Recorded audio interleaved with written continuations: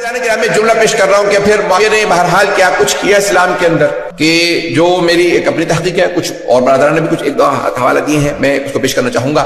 عزیزان کرام، اگر آپ اس میں غور کریں گے، یہ آج شب قدر آپ دیکھ رہے ہیں، کل رات شب قدر ہوگی، اس کو ذرا غور سے سنیے گا۔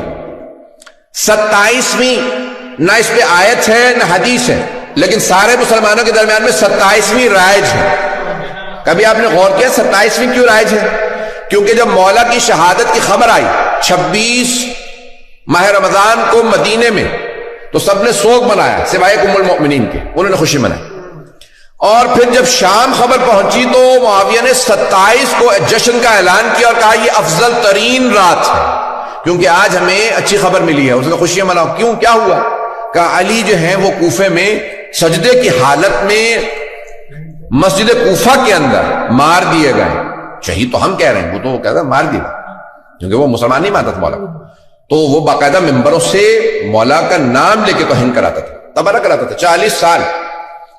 عزیزان گرامی، جس نے ابھی میں نے صرف اس کے بدعتوں کا باب ہی نہیں کھولا ہے، یہ جو ہمیں قوم مقدس میں میرے بہت بڑے بزرگ استاد کا پچھلے سال انتقال ہو گیا کورونا میں، شیخ جعفر الحادی، بہت بڑا تاریخ کا نام ہے، اور یعنی انہیں ایک ایک امام علیہ السلام پہ وہ کہتے تھے صرف امام صادق پہ میرے پاس 50 سے زیادہ کتابیں جو میں نے پڑھی، ایک ایک امام علیہ السلام، اور بعض اوقات ایک کتاب ہی 16 جلدوں کے اندر ہے، یعنی بہت بڑے محقق تھے تقابل ادیان کے اندر۔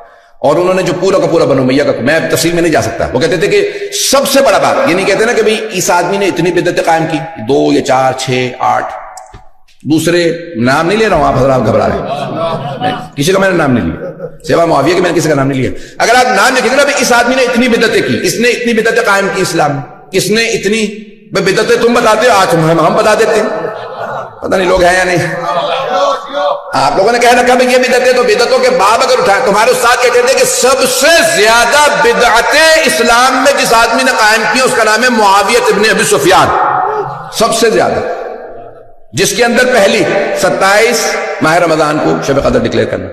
دوسری بدعت قرآن سے بسم اللہ کا نکالنا۔ آج تک بھائیوں کے ہاں کوئی بھی سورہ پڑھ لیتے ہیں لیکن بسم اللہ نہیں پڑھتے، کبھی آپ نے سوچا کیوں؟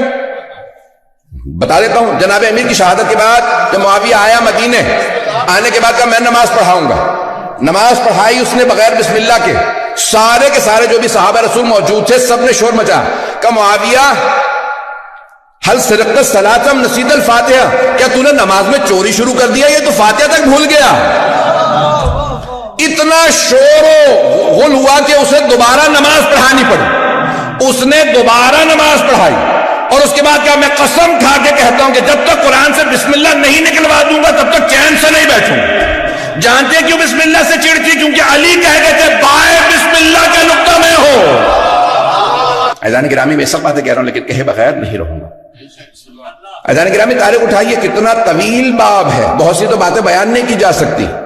بسم اللہ کا نکالنا، پھر اہل بیت علیہ السلام پہ باقاعدہ ممبر، جہاں نماز جمعہ کے خطبے میں نام لے کے اہل بیت کا نام لے کے صلوات بھیجنا رسول خدا نے واجب قرار دیا تھا، اس نے کہا کہ جب تک علی کا نام لے کے تبرہ نہیں کرو گے تب تک خطبہ نہیں ہوگا۔